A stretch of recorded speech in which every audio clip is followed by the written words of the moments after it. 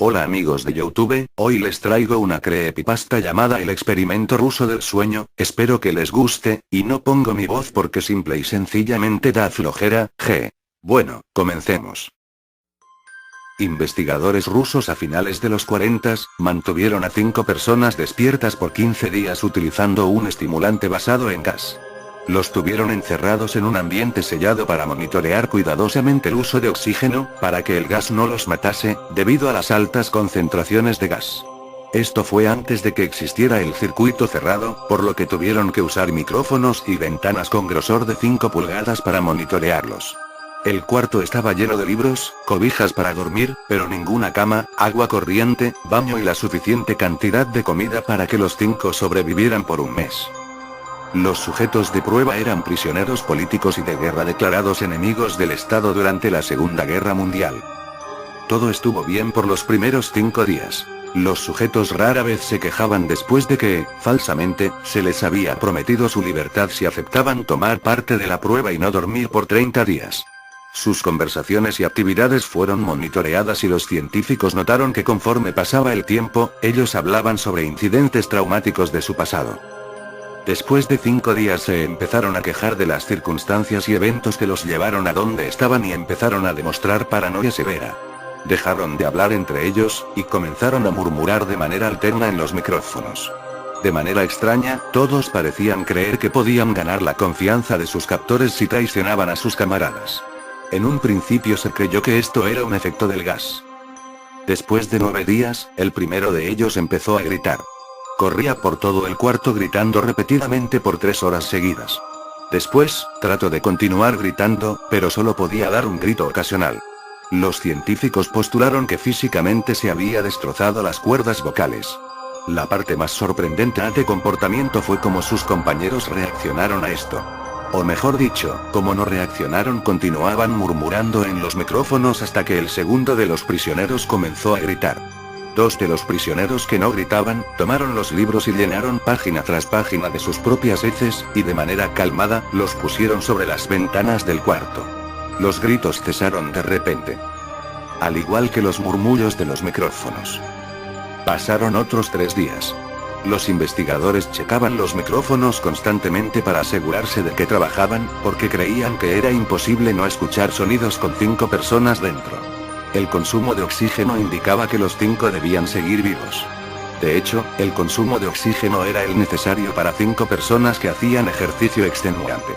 En la mañana del 14º día, los investigadores hicieron algo que no debían hacer. Para llamar la atención de los prisioneros utilizaron el intercom dentro del cuarto, esperando provocar respuestas de los prisioneros, pues temían que estuviesen muertos, o en estado vegetal.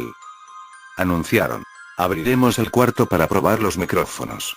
Aléjense de las puertas y acuéstense con las manos atrás en el piso o se les disparará. Se le otorgará la libertad a uno de ustedes si obedecen. Para su sorpresa, escucharon solo una frase, con voz calmada: no queremos ser liberados. Hubo gran debate entre los investigadores y fuerzas militares que financiaban el proyecto. Sin poder provocar más respuestas utilizando el intercom, finalmente se decidió abrir el cuarto a la medianoche del día número 15. Se limpió el gas del cuarto, y se llenó de aire fresco. Inmediatamente, voces de los micrófonos empezaron a objetar. 3 voces diferentes rogaban por la vida de sus seres queridos, que encendieran el gas nuevamente. Se abrió el cuarto para sacar a los prisioneros. Gritaron más fuerte que nunca, al igual que los soldados, cuando vieron lo que había dentro. 4 de los sujetos seguían vivos. Las raciones de los pasados 5 días no habían sido tocadas. Había pedazos de carne de las costillas y pantorrillas del sujeto muerto colocados dentro del drenaje del centro del cuarto, bloqueándolo, permitiendo que 4 pulgadas de agua se acumulara en el piso. Los 4 sobrevivientes también tenían pedazos de piel y carne arrancada de sus cuerpos. La destrucción de tejidos y la exposición de huesos en la punta de sus dedos indicaban que las heridas fueron infligidas por las manos, y no con los dientes, como era de suponerse. Al examinarlos, se descubrió que la mayoría de las heridas fueron autoinfligidas en su mayoría. Los órganos detrás de las costillas fueron removidos. Mientras que el corazón, los pulmones y el diafragma seguían en su lugar, la piel y la mayoría de los músculos pegados a las costillas fueron arrancados, exponiendo a los pulmones. El tracto digestivo de los 4 sujetos podía verse trabajar, digiriendo comida. Rápidamente se hizo aparente estaban digiriendo su propia carne, y que ellos la arrancaron y se la comieron en el transcurso de los días. La mayoría de los soldados eran fuerzas especiales rusas en las instalaciones, pero aún así, muchos se negaron a regresar al cuarto para sacar a los prisioneros. Estos, sin embargo, insistían a gritos que los dejaran dentro y de manera alterna rogaron y demandaron que se encendiera el gas nuevamente, para evitar quedarse dormidos. Para sorpresa de todos, los sujetos pusieron una resistencia feroz durante la extracción. Un soldado ruso falleció cuando un sujeto le mordió el cuello, otro fue gravemente herido cuando otro de los prisioneros le mordió la arteria femoral y los testículos. Otros 5 soldados perdieron la vida, si cuentas a aquellos que se quitaron la vida en las semanas consecuentes al incidente. Durante la lucha, uno de los prisioneros dañó su bazo, sangrando de manera casi inmediata. Se intentó sedar al sujeto, pero fue imposible. Se le inyectó más de 10 veces de la dosis humana de morfina, y aún así luchó como un animal rodeado, rompiendo las costillas y un brazo de un doctor. Se veía latir su corazón al máximo por 2 minutos completos, mientras se desangraba, y continuó gritando por más de 3 minutos, atacando a quien se le acercara, repitiendo la palabra más una y otra vez, cada vez más débil, hasta que cayó en silencio. Los otros 3 sobrevivientes fueron inmovilizados fuertemente y llevados hacia instalaciones médicas. 2 de ellos, con cuerdas vocales intactas, demandaban continuamente más gas para permanecer despiertos. El más herido de los 3, fue llevado al único cuarto de cirugía que había en las instalaciones. En el proceso de su preparación para colocar nuevamente sus órganos en su lugar, se notó que el sujeto era totalmente inmune a los sedantes. Peleó furiosamente cuando el gas anestésico se le estaba colocando. Se necesitó un poco más de anestesia de la normal para sedarlo, pero al momento que sus ojos se cerraron, su corazón se detuvo. En la autopsia, se encontró que en su sangre, había 3 veces la cantidad normal de oxígeno. También se rompió 9 huesos en la lucha para no ser controlado. El segundo sobreviviente, era el que primero gritó del grupo. Con sus cuerdas vocales destruidas, él no pudo objetar la cirugía, y solo reaccionaba agitando violentamente la cabeza en desacuerdo cuando se le administraba el gas anestésico. Afirmó violentamente con la cabeza cuando alguien sugirió en hacer la cirugía sin anestesia, y no reaccionó durante la misma, que duró 6 horas, en la cual se intentó reemplazar sus órganos abdominales y cubrirlo con lo que quedaba de su piel. El cirujano afirmó que era médicamente imposible que el sujeto siguiera con vida. Una enfermera aterrada que ayudó en la cirugía, comentó que la boca del paciente formaba una sonrisa cada vez que sus ojos se encontraban. Cuando la cirugía terminó, el sujeto miró al cirujano y empezó a hacer sonidos fuertemente, como tratando de hablar. Asumiendo que esto era de gran importancia, el cirujano le entregó un papel y una pluma, para que el paciente pudiera comunicarse. Sigue cortando, escribió. Se le hizo la misma cirugía sin anestesia a los otros 2 sujetos. Se les tuvo que inyectar un paralítico, pues ellos reían constantemente, y le era imposible realizar la operación así al cirujano. Una vez paralizados, solo podían interactuar con sus ojos. En el momento en que pudieron hablar nuevamente, exigieron una vez más el gas estimulante. Los investigadores trataron de averiguar por qué se lastimaron de esa forma a sí mismos, y por qué querían el gas nuevamente. La única respuesta fue: debo permanecer despierto. Se reforzaron a los 3 sujetos y los devolvieron al cuarto, para espera de su destino.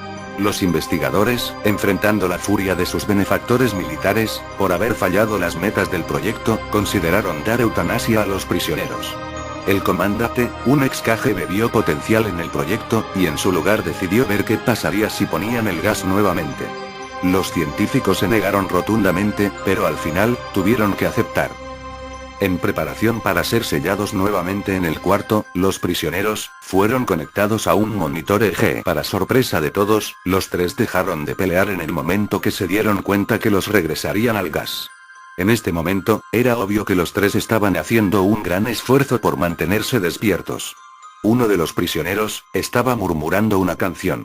El sujeto mudo peleaba con sus ataduras de piel, como si tratara de enfocarse con algo. El último sujeto mantenía su cabeza en la almohada, y parpadeaba rápidamente. Siendo este, el primero al que se le puso el EEG, la mayoría de los investigadores monitoreaban sus ondas cerebrales con sorpresa. Eran normales la mayor parte del tiempo, algunas veces, aparecía una línea recta de manera inexplicable. Parecía que repetidamente sufrían de muerte cerebral. Mientras analizaban los datos, una enfermera notó que los ojos del sujeto se cerraron. Sus ondas cerebrales cambiaron inmediatamente por las de sueño profundo, luego se pusieron rectas, y de manera simultánea, su corazón se detuvo. El único sujeto que quedaba que podía hablar comenzó a gritar para que lo encerraran en ese momento. Sus ondas cerebrales mostraban las líneas rectas del sujeto que acababa de morir por quedarse dormido. El comandante dio la orden de sellar el cuarto con los 2 prisioneros dentro, junto con 3 de los científicos. Uno de los 3, inmediatamente tomó un arma y abrió fuego contra el comandante, matándolo de un tiro entre los ojos. Después apuntó al prisionero mudo, y le voló el cerebro.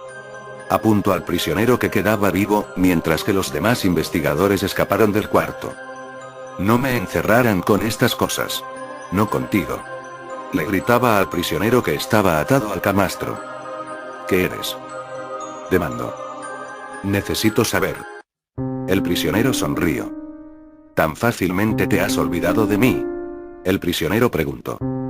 Somos ustedes. Somos la locura que está encerrada en todos ustedes, rogando por libertad en cada momento de tu vida, desde lo más profundo de tu mente animal. Somos aquello de lo que te escondes en tu cama todas las noches. Somos lo que duermes y silencias y paralizas cuando te vas a tu cielo nocturno, donde no te podemos alcanzar. El investigador hizo una pausa. Apuntó al corazón del prisionero y disparó. El eje mostró una línea recta mientras el sujeto débilmente murmuró casi, tan libre. Bueno amigos, este es el final del vídeo, espero les haya gustado la creepypasta. No olviden suscribirse para más historias, hasta la próxima.